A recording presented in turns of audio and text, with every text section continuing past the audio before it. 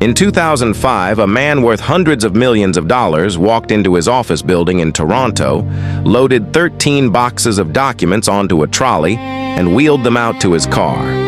He had no idea a security camera was recording every second of it.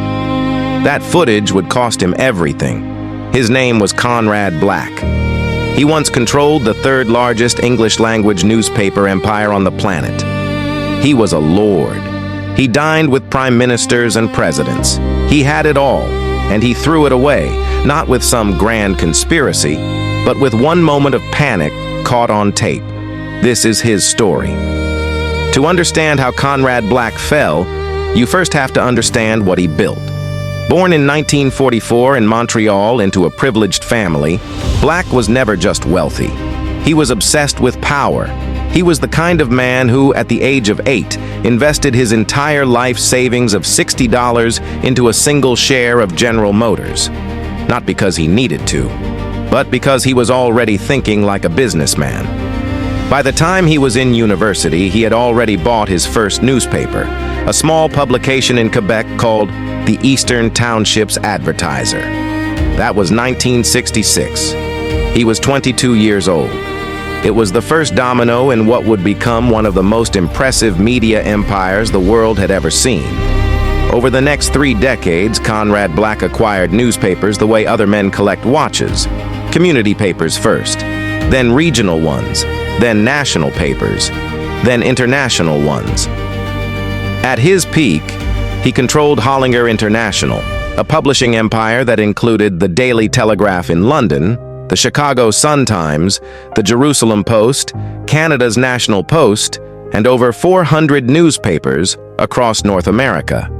400 newspapers, multiple countries, simultaneously. And Black lived like it. He owned mansions in Toronto, London, and Palm Beach, a luxury apartment on Park Avenue in New York City. He flew on private jets. His wife wore couture to parties attended by royalty and world leaders.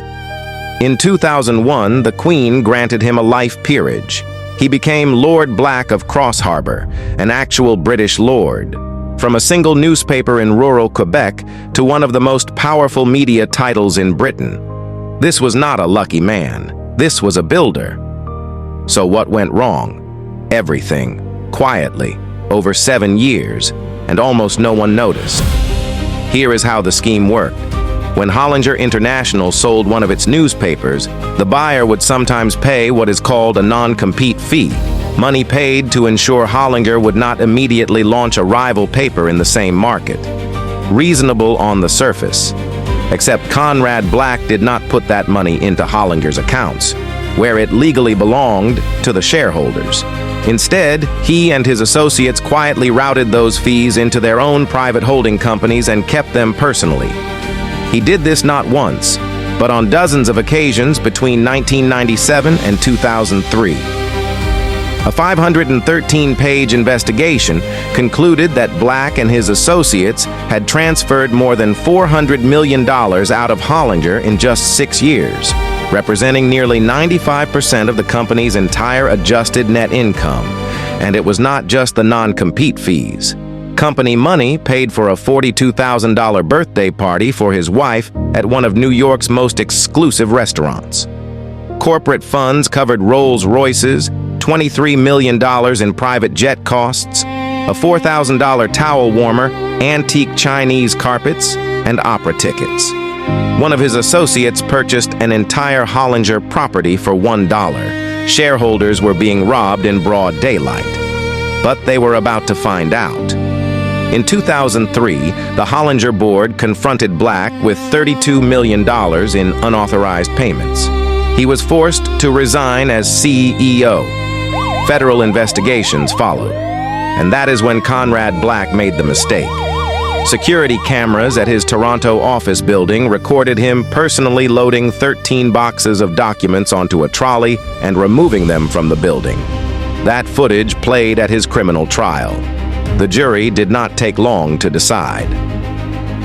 In July 2007, Conrad Black was found guilty on 3 counts of mail fraud and 1 count of obstruction of justice. He was sentenced to 6.5 years in a United States federal prison and ordered to pay $6.1 million in fines. The empire he had spent 40 years building collapsed. His newspapers were sold off. His titles were stripped. He was removed from the Order of Canada. The Lord became inmate number 18330-424. He served 3 years before being released. In 2019, President Trump granted him a full federal pardon, but the empire was gone, and it was never coming back. Conrad Black spent a lifetime proving that ambition without limits can build something extraordinary. He also proved that greed without limits can destroy it even faster. 1 camera, 13 boxes, 40 years of work, gone. If this story hit different than you expected, subscribe. Because every week we uncover exactly how wealth is built and how it disappears.